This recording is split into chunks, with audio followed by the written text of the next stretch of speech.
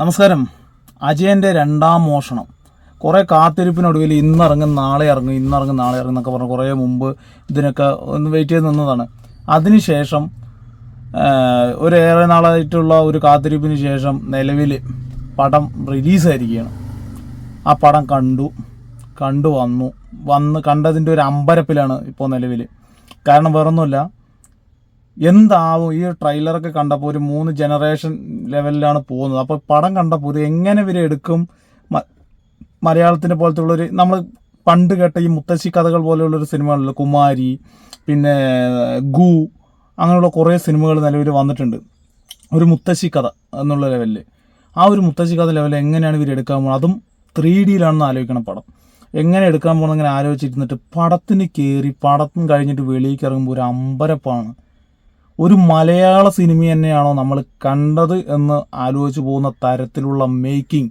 ഇതിൻ്റെ ഡയറക്ടർ ജിതിൻ ലാൽ, അവൻ big salute. First അറ്റംപ്റ്റാണ്. ഇതിനു മുമ്പ് ബേസിൽ ജോസഫിൻ്റെ അസിസ്റ്റൻ്റായിട്ട് നിന്ന ആൾ പെട്ടെന്ന് സംവിധായക സംരംഭത്തിലോട്ട് വരുന്ന സമയത്ത് പുള്ളിനെ കൊണ്ടുള്ള പരിമിതികൾക്കപ്പുറം നിന്നുകൊണ്ടുള്ളൊരു പടമുണ്ടല്ലോ. നമ്മൾ ഈ എക്സ്പീരിയൻസ്ഡ് ആയിട്ടുള്ള ആൾക്കാർ ചെയ്യുന്ന തരത്തിലുള്ള ആ ഒരു ഇത്, അത് ചെയ്ത് ഇവിടെ പണി വെച്ചിട്ടുണ്ട്. ഇവിടെ അമ്മാതിരി ലെവലിലാണ് ജിതിൻ ലാൽ പണി വെച്ചിരിക്കുന്നത്, വേറെ ലെവല്. പിന്നെ ഇതിൻ്റെ മ്യൂസിക് ദിബിൻ നൈനാൻ തോമസ്, പിന്നെ മറ്റേ എഡിറ്റർ, ഇതെല്ലാവരും എടുത്ത് പറയേണ്ടതാണ്. ഈ പടത്തിൽ മ്യൂസിക് കൊണ്ട് വിളയാടിയിരിക്കുകയാണ്. അങ്ങനെ എന്താ പറയുക, ചവറല്ല, ആ ഒരു പണ്ടത്തെ ലെവലിലുള്ള ഒരു ഇതുണ്ടല്ലോ, ആ ഒരു എന്താ പറയുക, അത് പറഞ്ഞത് എക്സ്പീരിയൻസ് ചെയ്യണം. Best theatrical experience in Malayalam film. നമുക്ക് മലയാളത്തിൽ ബാഹുബലിയും നമ്മൾ കലിക്കെ കണ്ടത് ലെവലിൽ നിൽക്കുന്ന സമയത്ത് നമുക്ക് കിട്ടിയ ഒരു എന്താ പറയുക, ഒരു സ്വത്താണ് നമ്മുടെ ARM അജയൻ്റെ രണ്ടാം മോഷണം എന്ന് പറഞ്ഞ പടം. ഇതിൻ്റെ കഥ, സ്ക്രീൻ പ്ലേ, ഡയറക്ഷൻ, എഡിറ്റിംഗ്, സെറ്റിട്ടത്, കൊറിയോഗ്രാഫ്, DOP, മ്യൂസിക്, ഇതിലെ ആർട്ടിസ്റ്റുകളായിക്കോട്ടെ, well casting, well planned, well ഇതായിട്ടൊരു എന്താ പറയുക, എടുത്തു വെച്ചിരിക്കുന്നത്. ഇതാണ് നമ്മുടെ മലയാള സിനിമ പറഞ്ഞിട്ട്. UGM അവരും പിന്നെ നമ്മുടെ ലിസ്റ്റിൻ സ്റ്റീഫനും കൂട്ടിയാണ് ഈ ഒരു പടം നിർമ്മിച്ചിരിക്കുന്നത്. പടം കുറേ ഒരു ഇതിലൂടെയൊക്കെ പോയി അവസാനം ഒരു ടോവിനോ തോമസിന് സാമ്പത്തികപരമായിട്ടുള്ള എന്തൊക്കെയോ പ്രശ്നങ്ങൾ എന്നൊക്കെ പറഞ്ഞിട്ട് അതിൻ്റെ ഇടയിൽ കൂടെയൊക്കെ കടന്നുപോയി ഇന്ന് പടം മുന്നിലോട്ട് എത്തിച്ചപ്പോൾ നമ്മൾ അമ്പരപ്പിക്കുന്ന തരത്തിലുള്ള ആ ഒരു അഭിനയം കൊണ്ട് ടോവിനോ തോമസ്, ഇത്രയും കാലം ഇങ്ങനൊരു അഭിനയം ഈ പറഞ്ഞ മനുഷ്യൻ നമ്മൾ ഉണ്ടായിട്ടില്ല. മുൻപ് നടന്ന ഒരു കഥ, ഏറ്റവും മുൻപ് ഈ പറഞ്ഞ തമ്പുരാക്കന്മാരുടെ നടന്ന കഥ, അതിനുശേഷം വന്നൊരു കഥ, അതിനുശേഷം പ്രസൻറ്റ് പറയുമ്പോൾ ഈ കാലത്തല്ല, നമ്മൾ ആ ഒരു എന്താ പറയുക, ഈ ഒരു ഗ്രാമഫോണൊക്കെ മറ്റേ ഇതൊക്കെ ഉണ്ടല്ലോ ഒരു പരിപാടികളൊക്കെ, ആ അങ്ങനെ ഒരുപാട് പണ്ടത്തെ വല്ല ഇതിപ്പോഴും ഇല്ല. നമ്മൾ ഈ CCTV ഒന്നും ഇല്ലാത്ത ഈ ആൻറ്റിന ഡിഷൊക്കെ തിരിച്ചിട്ടുള്ള ഒരു കാലഘട്ടം ഉണ്ടല്ലോ, നമ്മുടെ 90s കിഡ്സിൻ്റെ മുകളിലോട്ടുള്ള ഇതുകൾ, ആ ലെവലിലുള്ളൊരു കാലഘട്ടം കാണിക്കുന്നുണ്ട്. അതിൽ ടൊവിനോ തോമസ് ചെയ്തു വെച്ചിരിക്കുന്ന ആ ഒരു ഇതുണ്ടല്ലോ, അത് ഏതൊരു ഇൻ്റർവ്യൂവിൽ ജഗദീഷ് പറഞ്ഞിട്ടുണ്ടായിരുന്നു, ഈ പടം ഇറങ്ങിക്കഴിഞ്ഞാൽ ടൊവിനോ വേറെ ലെവലാണെന്നല്ലേ. അതിനപ്പുറം പുള്ളി ഇങ്ങനെ എന്താ പറയുക, ഫസ്റ്റ് ഹാഫ് അജയൻ മണിയൻ പറഞ്ഞൊരു കഥാപാത്രം അഴിഞ്ഞാടിയിരിക്കുകയാണ്. മണിയൻ അതല്ലേ. പിന്നെ അജയനും ഒരു രക്ഷയില്ല. കാരണം നമ്മൾ കണ്ടിരിക്കുന്ന ടൊവിനോ തോമസ് അല്ല, ടൊവിനോ തോമസിൻ്റെ മാനറിസം അല്ല, ടൊവിനോ തോമസിൻ്റെ ഒന്നും നമുക്ക് അവിടെ കാണാൻ പറ്റില്ല. അവിടെ നമുക്ക് കാണാൻ പറ്റുന്നത് കള്ളൻ മണിയൻ, പിന്നെ അജയൻ, ഒരു പാവം സാധുവായ അജയൻ.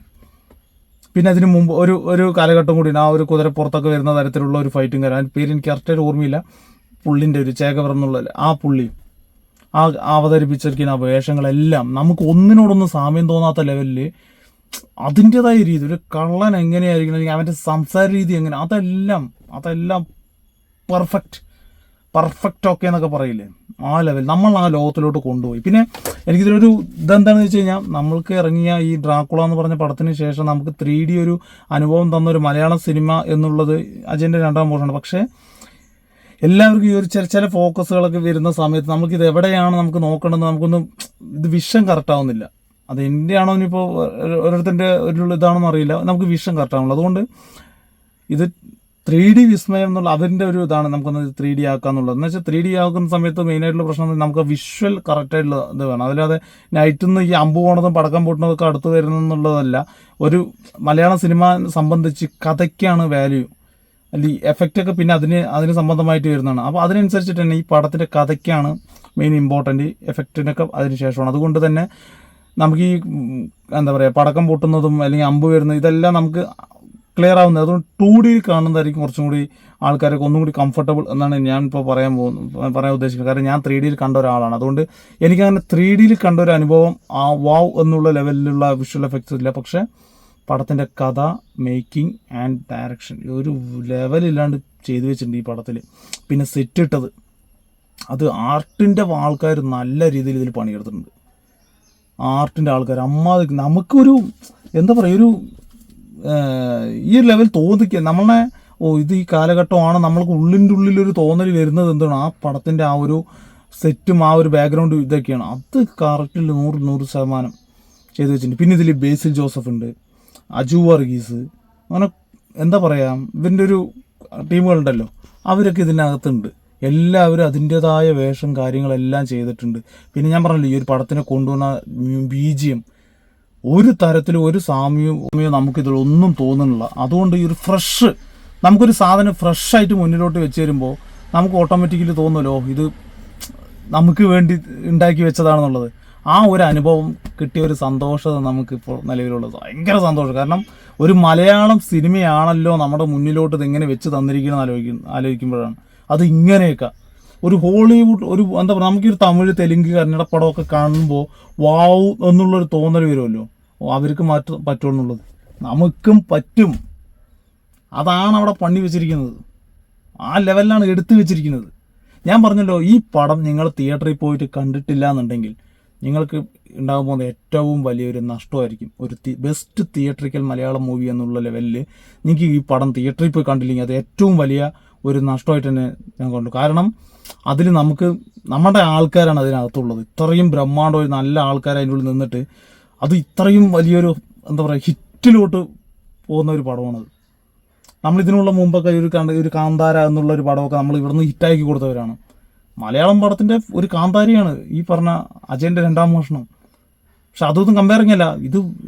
ഇതൊരു രക്ഷയില്ല. നിങ്ങൾ കണ്ടു നോക്കൂ ഈ ഒരു മ്യൂസിക്, അതിൻ്റെ ഒരു സത്ത് അതിപ്പോഴും ഇങ്ങനെ ചെവിയിൽ മുഴങ്ങിക്കൊണ്ടേയിരിക്കും. അതുകൊണ്ട് തന്നെ അജയൻ്റെ 2ാം മോഷണം പുള്ളി ടോവിനോ തോമസ് ഭദ്രമാക്കി അവൻ്റെ കയ്യിൽ. ഇനിയിപ്പോൾ ആസിഫലിൻ്റെ പടം ഇറങ്ങിയിട്ടുണ്ട്, അതും പുള്ളിക്കാരൻ കയ്യിൽ ഭദ്രമാക്കിയിട്ടുണ്ട്.